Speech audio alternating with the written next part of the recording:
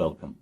In this session, we'll reformulate the gradient for our objective function for a simple neural network in anticipation of our backpropagation algorithm.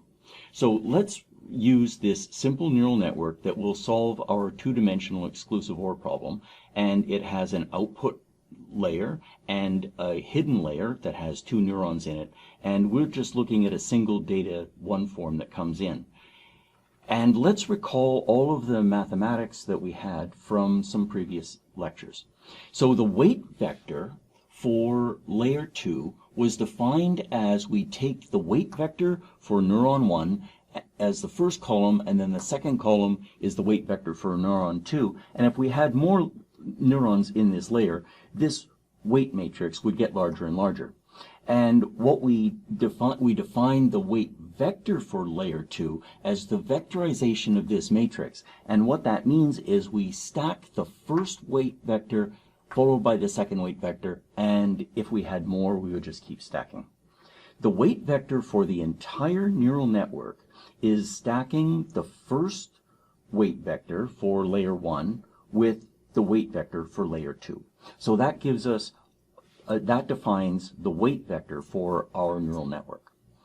The scalar responses of these are simply we take the data 1 form and multiply it by the weight matrix for layer 2. And that will then give us, in our simple case, that will give us two responses. And the output of the hidden layer is the first activation appended with the second activation, and we would keep going if we had more neurons in our layer, and then we have to append a 1 in anticipation of the next layer. So the input to layer 1 is the output to layer 2, and we can put some underscores there to emphasize that these are one forms. The scalar response for the output layer is its input times its weight vector, and the output of the entire neural network that we have is the activation of that scalar response, of that linear response.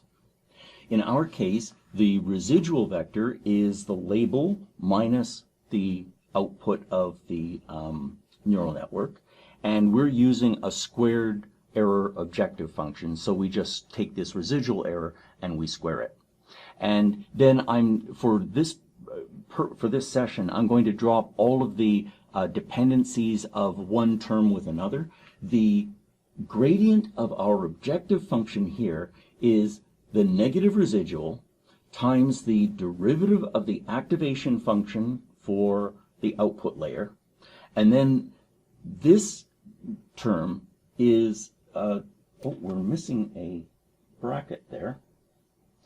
This has to be a one form because a gradient is a one form.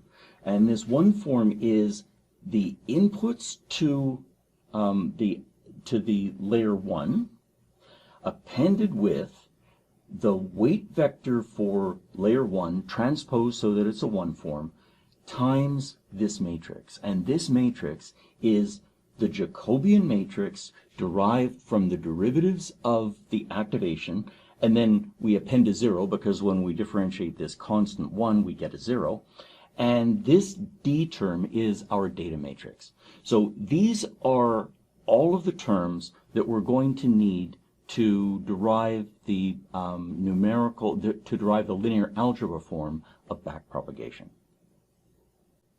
Now let's concentrate on this rightmost term. We'll disregard this 0 because we know how to take the product of a one form and 0. That's just a one form of zeros.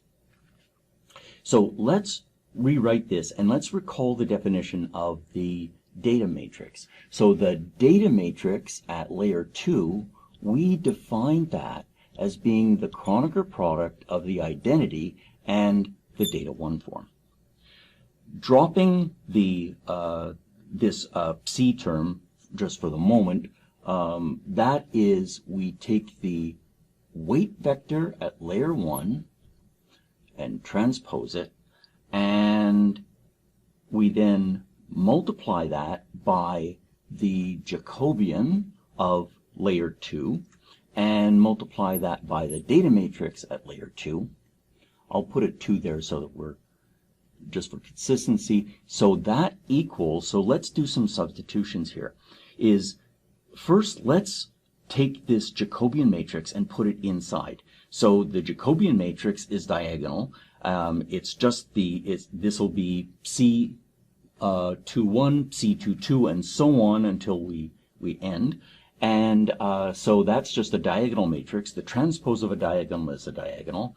So I could say that that is W transpose J transpose, and that is JW quantity transpose. So that equals J, and then I can drop the transpose because it's diagonal, times the weight vector for layer 1, transpose that, and then for D I'll substitute the Kronecker product of the identity with the data 1 form.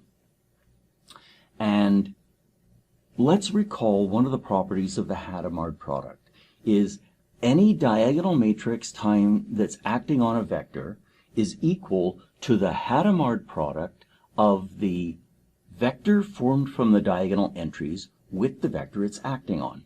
So I can write that as this Jacobian matrix is just the derivative matrix at the derivative vector at layer 2,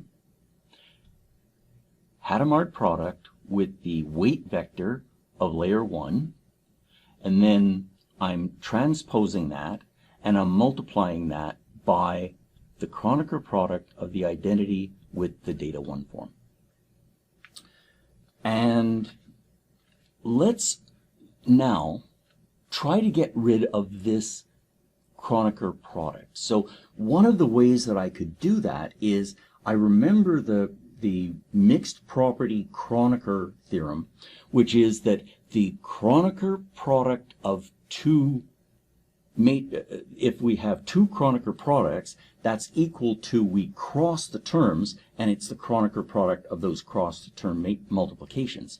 So how do I turn this into a Kronecker product? Well, this is a little bit sneaky, is I'm going to take the Kronecker product of this with the scalar value 1. So what does that look like? Well, that is, we take this will work in general. So this is a Hadamard product of two vectors, which happens to be a vector, but it really doesn't matter. And I just take that, and now I can take the Kronecker product with the scalar value 1, and those two things are equal. Then I have the Kronecker product of identity and the data. And the Kronecker, the mixed product Kronecker theorem says that is equal to the Kronecker product of, and then what I do is this. I take this matrix times this first matrix, and then the second times the second. So first times first, second times second. So that first is, that is C Hadamard W transpose, first times the identity, product of second times second, 1 times the data 1 form. Well, that now equals just the Hadamard product of the derivative at layer 2 with the weight vector at layer 1, and I transpose that, and then I take the Kronecker product with the data 1 form that we have. So now I've simplified this, and this is now much, much faster. This is much closer to what we would actually see. Let's expand this further just for our little wee neural network here. So what is that? Well, this is, there are only two weights. There are 3 weights, but because this C is one of the entries is 0, I can kind of I know how to multiply that out. So there are two relevant weights. So that is going to equal, let's write this out. When I transpose that, that's going to be a 1 form. So that will be